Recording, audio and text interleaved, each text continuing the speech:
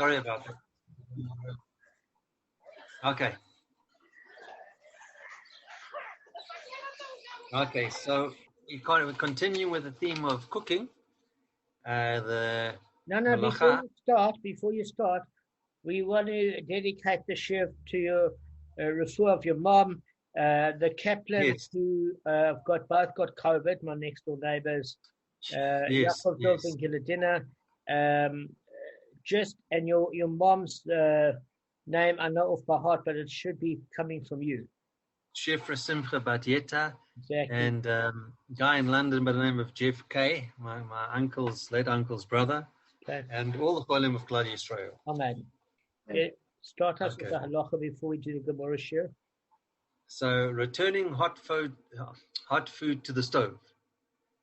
Okay, this is we said that we mentioned that the Sadducees and the Karaites didn't make hot food on Shabbos because they took things literally and didn't really apply the imams that they were actually allowed to. That it was mutar. It's mutar to have hot food if you prepare it before Shabbos and you use a time switch, etc. Okay, so continuing, the flame or heating element upon which the food is placed should be covered. For example, a metal sheeting over a gas flame or aluminium foil cover over an electric heating element. And this is what we call a blech. They call that a blech. Reasons for covering the source of heat are: A person will thereby be reminded that it is Shabbos and will not inadvertently adjust the heat output to the food, which could be improved further. For this reason, there is also a custom to cover the cooker controls. When returning food which has been removed from its heat source, the presence of a cover avoids any impression that one is placing food on the stove for the first time, since it is uncommon for a flame to be covered when cooking commences.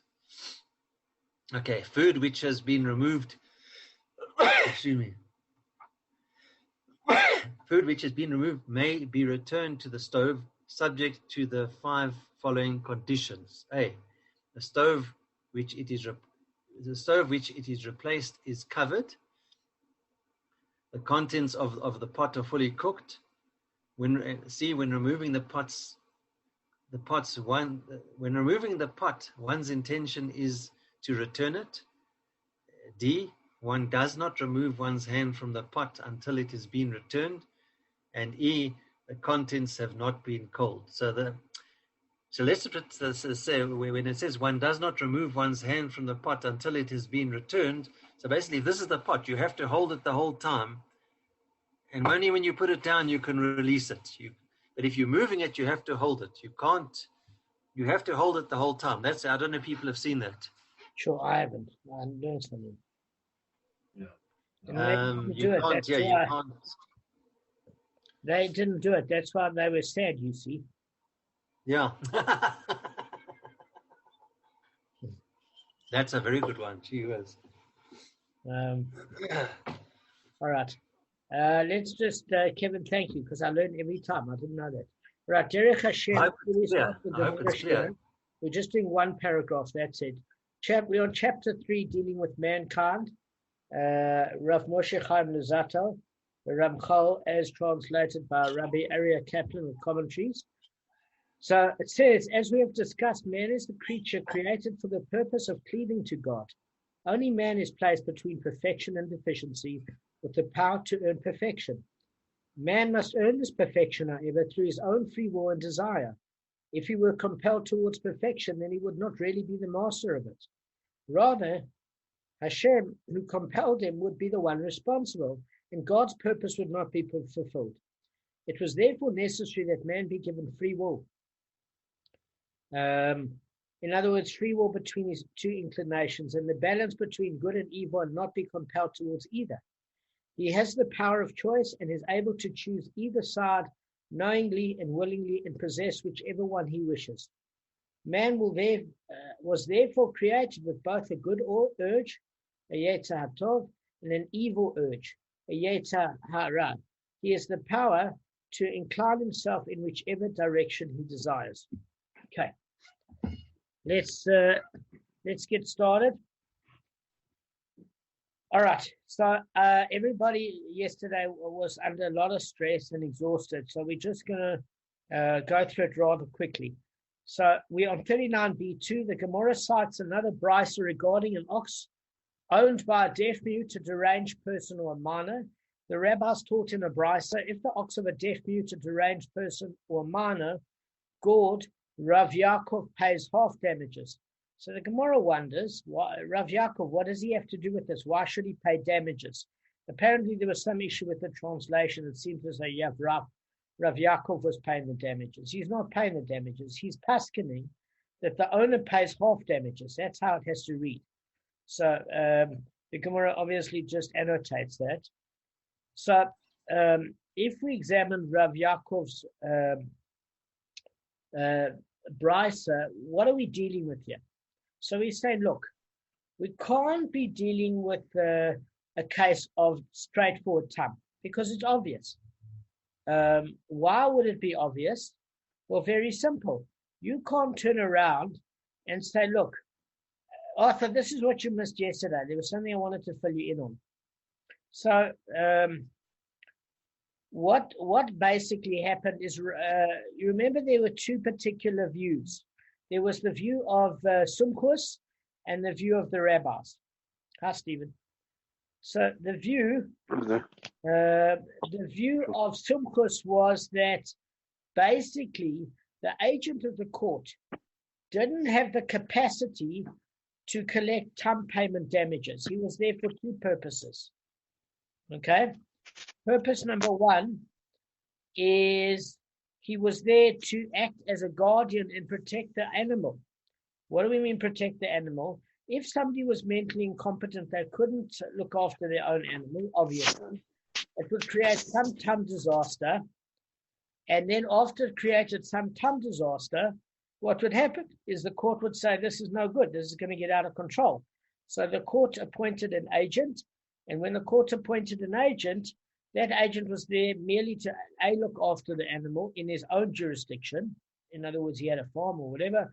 And then secondly, to make sure that if there was any repeated incidents, that he would act as a proxy on behalf of the owners.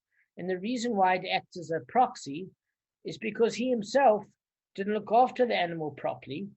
And then the owners would eventually have to pay damage. And it was hoping that the agent would be responsible enough not to want the mentally incompetent people to pay damages.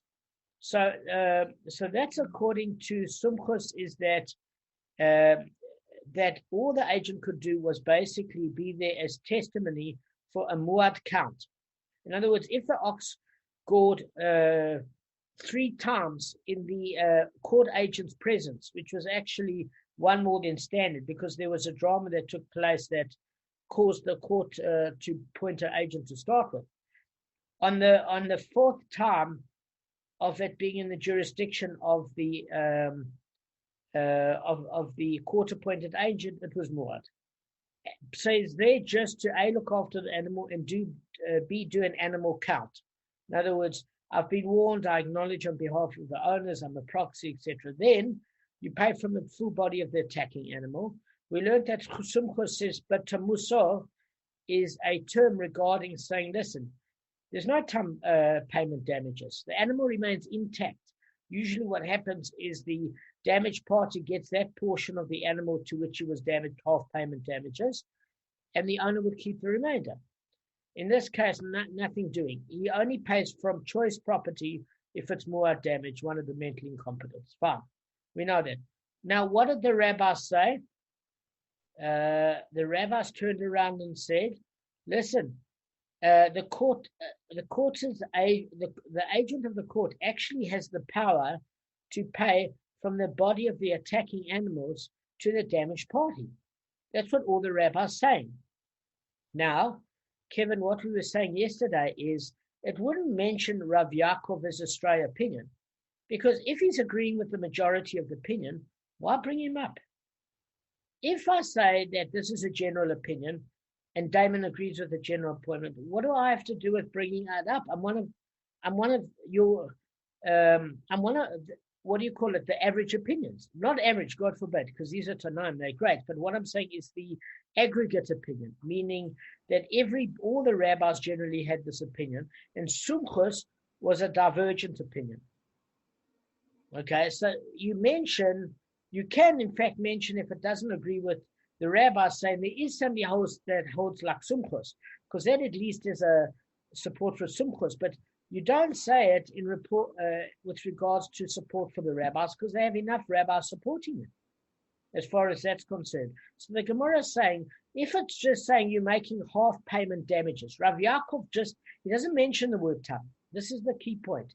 He says half payment damages. So if you alluded to the tam payment, you've got a problem, because why state the obvious? So what did he mean by it? Do you remember anything from yesterday, Kev or Gav? Or otherwise we can just go over it again? No, so that's go ahead, Kevin, go ahead. No, you go. No, I want to see if Kevin, you did chap because you were exhausted yesterday. What did you chap? I know Gavin did because we had a conversation afterwards, there's no doubt. But were you able to manage, or do you remember what the what Rav Yaakov was alluding to? If you don't repeat it, I'm happy to repeat it. No problem. Maybe Gavin can try. I can say it. I do know. Gavin will do it. Yeah, Gavin. Okay. So what Rabbi Yaakov said was that you can first take the tam portion of the animal, the amount that you would have paid if it was tam. So you can take that from the goof of the animal, of the attacking animal. You can take payment relating to that, whatever that amount would have been, and the balance you take from choice property. Okay, we still have to get there yet. What I'm actually asking you for is something that's a little bit prior to that statement of. Okay, so then it could be this. It could be this. It could be due to the fact if you're referring to half payment, it's unusual because half payment of the muad. You don't normally. It's normally full payment on muad. Okay, and when would there be a case of half payment with the muad? In which case? I can't remember if.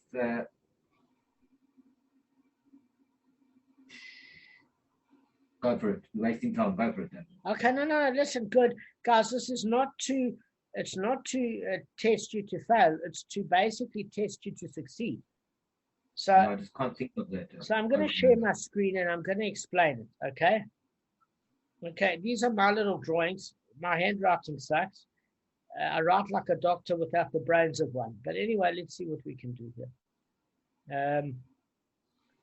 All right. So we say, look, there's a case in the 55th daf of Bava Kamma. Okay. And I'm going to share my screen before I explain this to show you what the 55th daf says. If you just give me 1 second, I'm going to show you right now. I did research.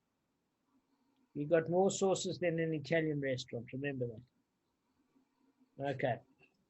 So in the 55th daf, it talks about appropriate and inappropriate locking of doors and about liabilities, etc. I'm just saying. So there's a case. That's where it brings it up. So it says, in the case of one who brought his flock of sheep into the pen and locked the door before it in a manner that is appropriate, and despite this, the sheep went out and caused damage in another person's field by eating produce or trampling in it, the owner is exempt since he safeguarded the animal appropriately. If he did not lock the door before the sheep in a manner that is appropriate, and the sheep went out and caused damage, the owner is liable since his negligence led to the damage. So we're going to discuss an opinion where I'm sharing my screen now. Has it changed to the 45th daf now? 45b. Yes, correct. So it's switched now. So also in the 45th daf, it discusses the opinion of Rabbi Meir, and then it discusses the opinion of Rabbi Yehuda. Okay, let me just quickly read it. If the ox's owner tied it with reins to a fence or locked the gate before it in an appropriate manner, but nevertheless the ox emerged and caused damage, whether the ox is innocuous or forewarned, the owner is liable. Since this is not considered sufficient precaution to prevent damage. This is the statement of Rabbi Meir. Okay, Rabbi Yehuda says, if the ox is innocuous, the owner is liable even if he safeguarded it appropriately, since the Torah does not limit the required safeguarding for an innocuous ox. But if the ox is forewarned, the owner is exempt from paying compensation, as it's stated in the verse describing damage by a forewarned ox, and the owner has not secured it. And this ox was tied with reins or behind a locked gate, which was secured. So finally, Gavin, we find an answer of Shmot chapter 21, verse 36, as to why a muad, that's why it's more stringent with the tam ox. Okay, that's the biblical source. Okay, as opposed to a muad. Innocuous tam. That's innocuous means harmless. Harmless, correct. Yeah. I haven't heard the word for a long time. Yeah. Harmless. Yeah. Okay, cool. So what it's saying is there's a specific biblical mentioning about having super vigilant activity with the innocuous ox, and it doesn't mention it with regards to muad. I've thought of a reason for it, by the way. I've thought of a very good reason, and that reason is simple. If you're paying half payment damages from the body of the attacking animal, you already have two leniencies. The half payment damages to the extent of the attacking animal, meaning if the ox is puny, you're getting off less than half payment damages. The maximum you could pay is half payment damages. Therefore, you should be super responsible, meaning because you've already had two leniencies in your favors. So the leniency can't be in terms of your culpability. Where with muad you're paying everything, where you're paying a fortune, the culpability level is reduced, which says if you did a reasonable job and you weren't negligent, but you could have been better, you're still paying the tam portion and you're getting clapped. In that case, it could be a knas. It could be not only compensation, but it could be rather penalty, according to whom you learn by. Is it a knas or is it compensation? We were discussing that before. So what we're saying is here is that if you're paying full payment damages, then you're lenient with regards to that other excess half payment for the muad part, but the tam part remains in its place. There you get clapped heavy.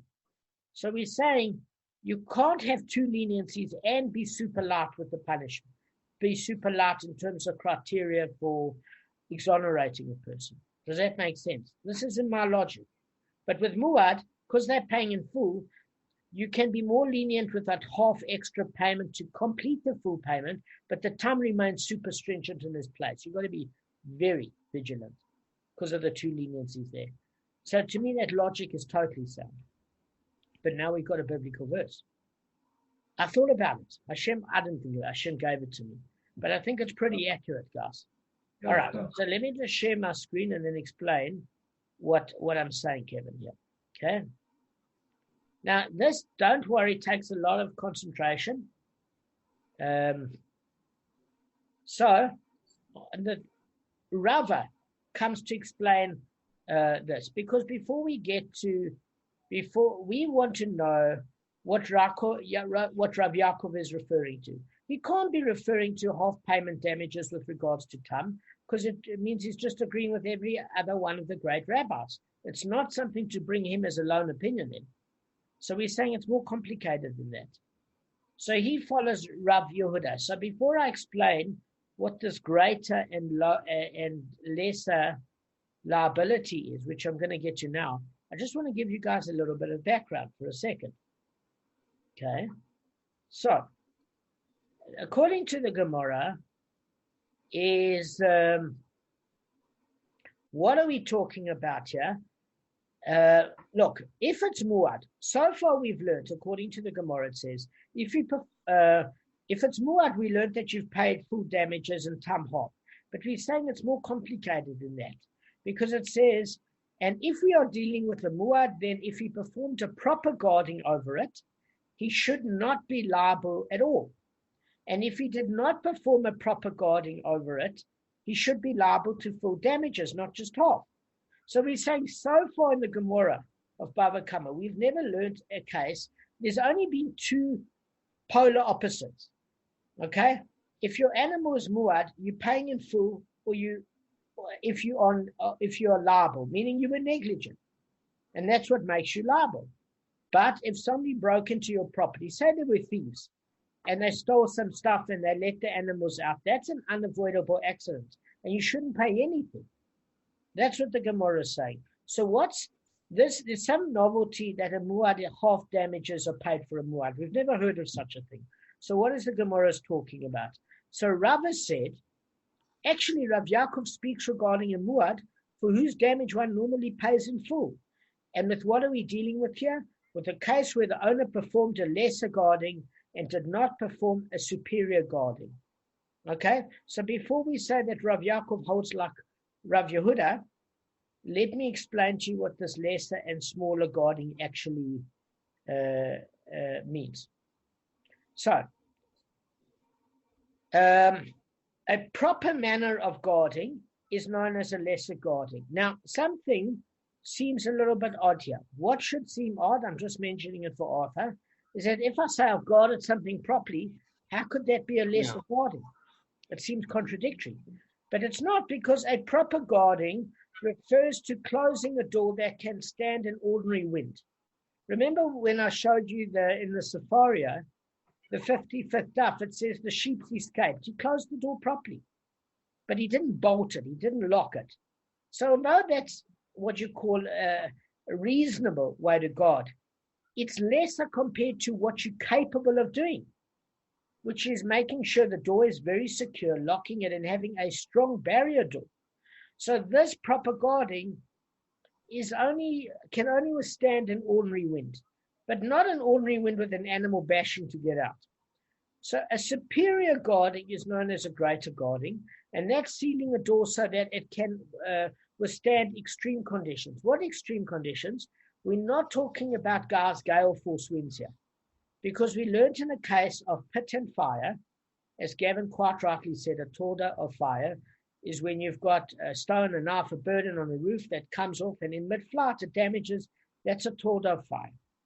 But if it lands and then it becomes a fixed hazard, when we say fixed, we mean it's prone to damage from inception, but it's in a stationary position, then in that case, you're not liable if it wasn't an ordinary wind, but it was a gale wind that took it off the roof.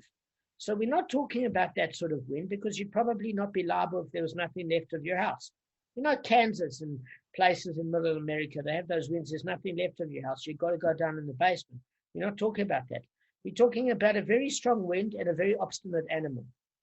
And that's required that you have to seal the door properly. Okay. So we learned in the Mishnah 45b, which I just showed you, that Rabbi Meir holds that for both Tam and Muad, a superior guarding is necessary. So what are we saying, Kevin? We're saying, look, according to Rabbi Meir... Okay, you froze there for about a minute, David. Where did I lose you? About a minute ago. You were talking about... A minute next. Yeah. 2 minutes maybe. A minute, I think. All right. You also did, you also actually did, but Arthur and other ones remained unfrozen. I was unfrozen to myself. All right. So guys, let me just explain to you quickly what we're basically saying. All we're saying is that a superior guarding is using every ability you have, both in terms of structure at the door, lockable mechanisms, etc., to deal with animals that are obstinate and looking to bash to get out, weather conditions, etc., but not extreme weather conditions. We're saying extreme conditions in the mixture of the combination between, a howling wind and an animal that's wishing to get out, but not with a gale force wind where you don't have a house left. Because we learned in the Torah of pit and fire that if you had a stone, a knife, a burden coming off the roof and it's a normal condition, you're liable, because you should have known an ordinary wind could take it out. But if you put it in a safe space in the middle of your roof and a gale force wind took it off, you're not liable. So here we're not talking about that sort of wind. We're talking about a super strong wind, but not gale force winds and an animal looking to come out. So Rabbi Meir, we learned it in the 45th daf, I've just showed you, that he says he doesn't care if it's a tam or muad. Whatever the animal's condition, you require a superior guarding. And he's right. There's no reason that for a muad it should have less of a superior guarding. Does that right? To me, that makes logical sense. That both should have I mean, in other words, we say maybe a tam shouldn't.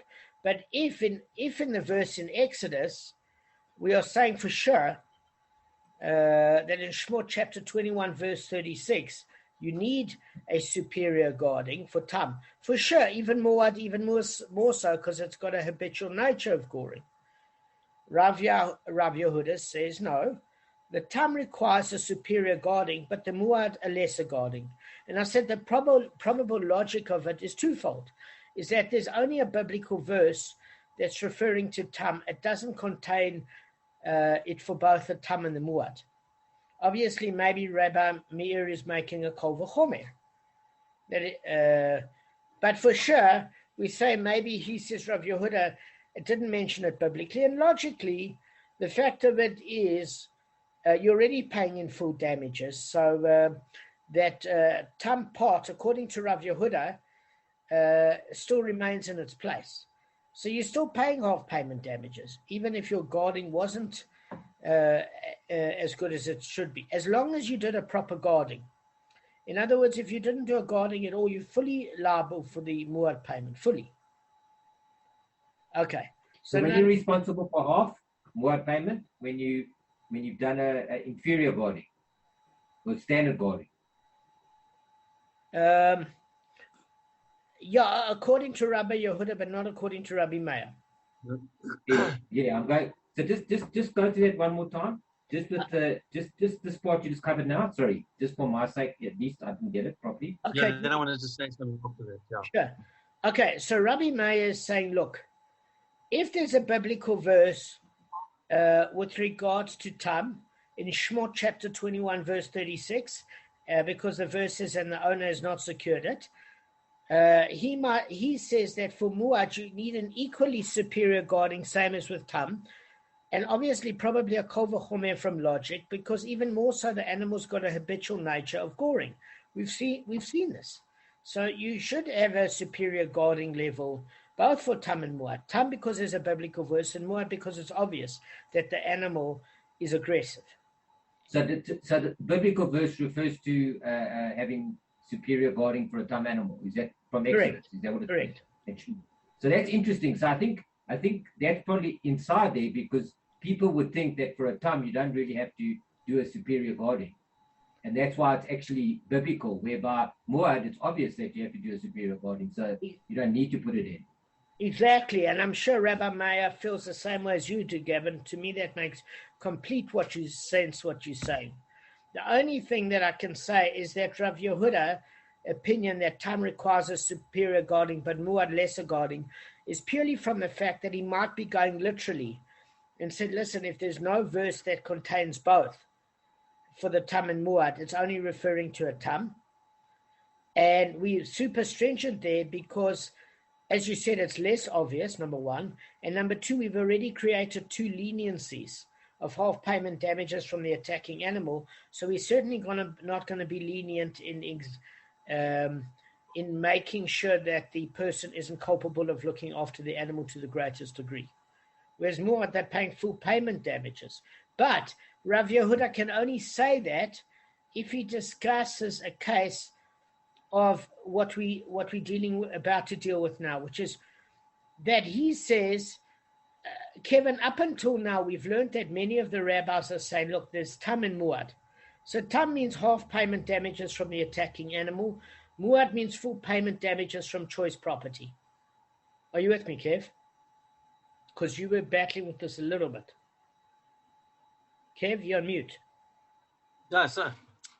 You just muted yourself. No, you went on mute. Now you're on mute now. Kevin, take yourself off mute. So you can answer. I'm off mute. Yeah. Okay. So what I'm saying is, Rabbi Yehuda doesn't hold like some of the other rabbis. The other rabbis are clear. You pay from the attacking animal half payment damages to the maximum extent of the value of the attacking animal, and muad payments is from choice property full payment damages. Straightforward. Now, Rabbi Yehuda is saying it doesn't work like that. This is what Rabbi Yehuda is saying, Kevin, is that, look, is that what happens is that the tam amount is still paid from the attacking animal. Okay? Meaning, say my ox kills your ox, Kevin, and it's worth 200 zuz, right? And the carcass of your animal is worthless, right? Let's make it a simple case. Then, how much do I owe you, Kevin, if it's muad? 200. Fine. Now, my ox that attacked you is only worth 80 zuz. Okay, but it was a good aim and it went for your ox's heart, and that was the end of your ox. So fine. So then what I have to do is pay you, is I basically give you my ox that's worth 80 zuz. Fine. Yeah. And then I'd give you 120 zuz to make up the shortfall in choice property or cash. That's all Rabbi Yehuda is saying. That's all he's saying. So they don't lose out, because whereas the standard, what most of the rabbis say, the guy loses 120 zuz, he's only going to get 80. No, he doesn't. That's for tam. I'm talking about muad, Kevin. I'm saying for muad. No, the other rabbis don't say that at all. The other rabbis say they say for muad it's full payment damaging, full payment from choice property for muad. That's actually a direct, what's it called? It's in the Torah, direct. It's the Risa. That's the word you say. Yeah. Kev, tell me what you bet. Maybe Gavin can step in. I'm not quite sure what you're battling with here exactly. That was yesterday's concept. Yesterday's. Forget about yesterday. Forget about yesterday. Today's a fresh day. Forget about. Just all I'm saying is that tam has always been and will always be half payment damages from the attacking animal. Fine, that's one thing. Okay? Now, muad has always been up until now full payment that's owing from choice property, correct? Yeah. Fine. The only difference here is Rabbi Yehuda is saying for muad, what we do here is for muad is that the tam portion is paid in the normal way. So that if your dead ox is worth 200 zuz and the carcass of your ox is worth nothing, I owe you 200 zuz. So I must pay from my ox that killed your ox for the muad portion. Say my attacking ox is worth 80 zuz. I give you my ox worth 80 zuz, and I have to pay you that other to make up the full payment because it's a muad offense. This ox is gored continuously. So I pay you from choice property or cash the remaining 120 zuz. That's all Rav Yehuda is saying, but you get the full payment. It's muad. So I'll just give you one more summary, just high level. Bottom line is that before muad, if it was muad, you'd get everything in property. Yeah, you're getting part payment from the animal, and you're getting the balance from property. So instead of it being one lump sum from property, you're getting partially from property and partially from the tam portion of the animal. But the animal's not tam, the animal's muad now. So normally you would take the full amount from your choice property. This guy, it's this Rabbi Yehuda is saying, it's the only rabbi who's saying this. Don't give it fully 100% from your choice property. First take it from the tam portion of the animal, the theory of the tam. This animal's not tam. From the theory of the tam, which is half. So you take half, whatever the value of what you would pay when it was tam, is you pay from the animal, and the balance you pay from choice property. So normally it was always 100% choice property. Yeah, it's a percentage depending on what the value of the animal is. So you first take the value of the animal, but off, based on the tam principle, even though the animal is more. Yes. It's a dissenting opinion. It's not main. It's not the main. It's not mainstream. No. Okay, you see, maybe I wasn't listening. Maybe I didn't hear Rabbi. You were tired yesterday. You were dosing a little bit in between. No, I wasn't. Was I? Every time Damon asked you a question, you woke up. Just tell him not to wake you up in future. No, you're having a bit of a rough day. Arthur's lucky in there. Arthur, you're the same sometimes. Don't think you're better. Kevin, I've seen you zone out as well. No, I've also zoned out. I've also zoned out. Tell him. All of us. Listen, when Arthur, Gavin, and Kevin has a 25 problem with, Damon. when those two all fall asleep, the problem is with me. I'm boring. That's the problem. We figured it out. So Damon, before we send the news, I've got to go at about 27 minutes past 7 because my students at 7:30. So just going back when you talk about proper guarding, maybe people assume that like it's a freak act of nature where you'll get a tropical cyclone or a 125 knot wind. Maybe they think it'll never happen. That's why they do the basic type of guarding, and assuming that it'll never ever happen. Maybe people aren't cautious enough or make. You know what I mean? I think the reality is, if it's that extreme that you don't have a house left, you're not liable. It's like an unavoidable accident. But by the same token, you don't only have the wind factor, you've got an animal that's. It says Rav Yaakov exempts muad for a lesser guarding, okay, but liable for the tum section. Muad is just added to the tum portion when calculating. That's the line you've got to remember. Muad is just added to the tum portion when calculating. So that's paid in choice property. The tum is worked out normally on the body of the attacking animal. So, and you just pay the balance in choice property. That's all, Kevin. That's all we say. That's Rav Yehuda. That's all. Is a lone opinion. All right, so let me just explain to you. So Rava said, actually, Rav Yaakov speaks regarding a muad for whose damage one normally pays in full. And with what case are we dealing with here, where the owner performed a lesser guarding and did not perform a superior guarding? And Rav Yaakov holds like Rav Yehuda, who said the tum portion of a muad ox remains in its place. So this basically means that a muad's payment consists of two parts. There's the tum portion, and then the muad portion that's added onto that. So even if you're exempt from the muad portion, why would you be exempt from the muad portion in this case, guys? Because, guys, look at my notes. Because, guys, can you answer me? Okay, why would you exempt from the muad portion? Yeah, because... Well, lesser guarding.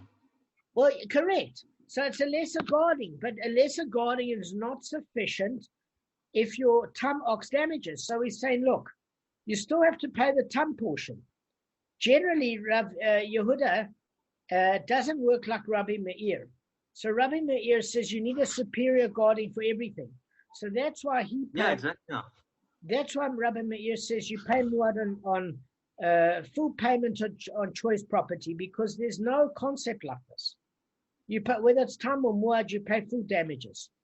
So you need a superior guarding, and tum you pay from the body of the attacking animal. But Rav Yehuda that says, listen, for muad a lesser guarding is required and a more stringent guarding for the tum, then obviously you don't pay if it was a lesser guarding. It wasn't meaning you were negligent, by the way. It's not meaning you were negligent, because if you were completely negligent, you pay full payment damages. Okay? But if you could have done better on the muad, you don't have to pay the muad according to Rav Yehuda, but you still have to pay the tum because of that verse in Exodus, basically. Does that make sense? Exodus chapter 21, verse 36, which says, and the owner has not secured it.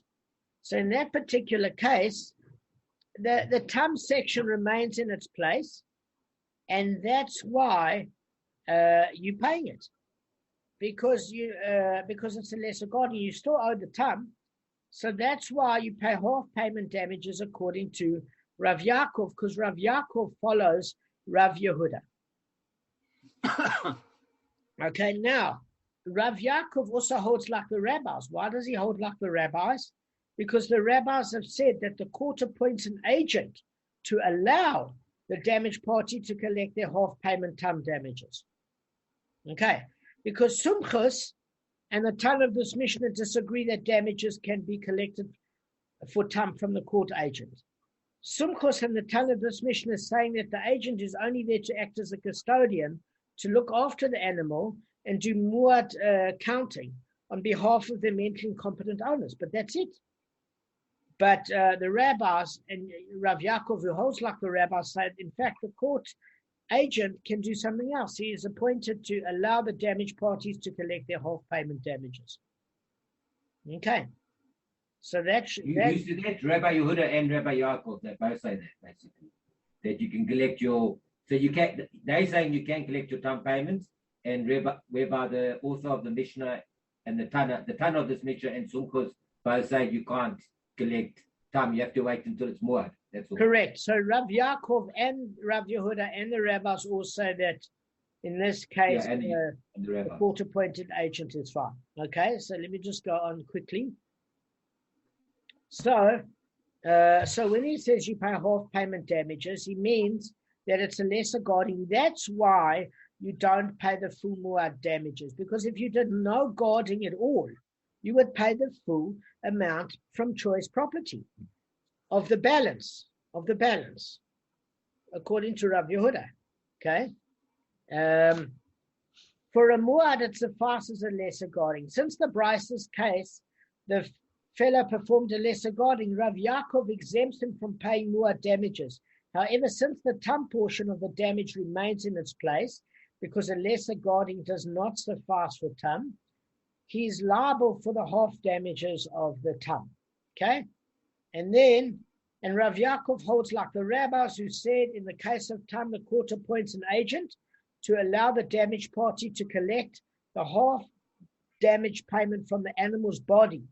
Therefore, even the three individuals discussed, used by the Brycer, are liable to pay for the tam portion of the damage. The confluence of these three rulings explains Rav Yaakov's statement that a deaf-mute or deranged person and a minor pay half damages for the damage inflicted by muad. So let's just go through it again. What is the confluence of these three rulings? Okay. Number one. Okay, I'm going to say this to you guys very carefully. Factor number one, a muad requires a lesser guarding. And since there was a lesser guarding, it means to exempt you, where you don't have to pay the muad portion, you can get away with a lesser guarding. But you need a more stringent guarding for the tam, so that cannot disappear. That's why point number two, the tam portion of the muad remains in its place. Okay? Why do we say the tam portion of muad? Again, Kevin, is that according to Rabbi Yehuda, the muad is just the top up from choice property to make up whatever's remaining. So you pay full repayment of damage that you caused to the victim. Okay? And then the third point is in the case of a tam, the court empowers the agent to facilitate collection from the animal's body.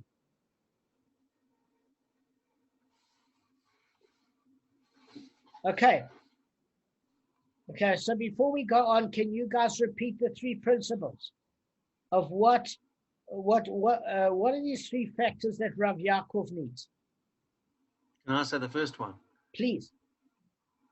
The word doesn't need superior guarding. Correct. So does that mean you don't pay anything, or does that mean that you don't pay the muad portion?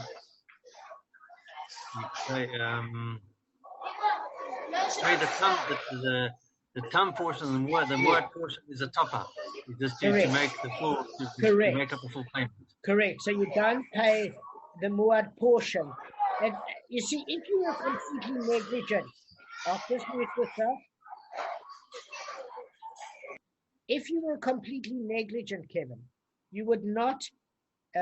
You would pay everything for muad. Everything. We're talking about where you could have done better. You could have done better. Did you interrupt? This is specifically about the guarding. These type of damages is specifically about this. Okay, it's an exceptional. It's not. It's a completely separate to what we've known before. This is specifically talking about persons should have been more careful with the guarding of the ox. No, yes, but what we're saying more specifically is it's not just if you didn't bother to lock up the animal, full payment damages according to Rav Yaakov. Doesn't matter. And if somebody broke in and let your animal out, unavoidable accident, you don't have to pay anything, even though the ox is muad, because it's beyond your control. So we're saying, what happens if you looked after the animal, but not to the extent you could have? So with the muad, that would suffice because there's no biblical verse. So you've done your bare minimum.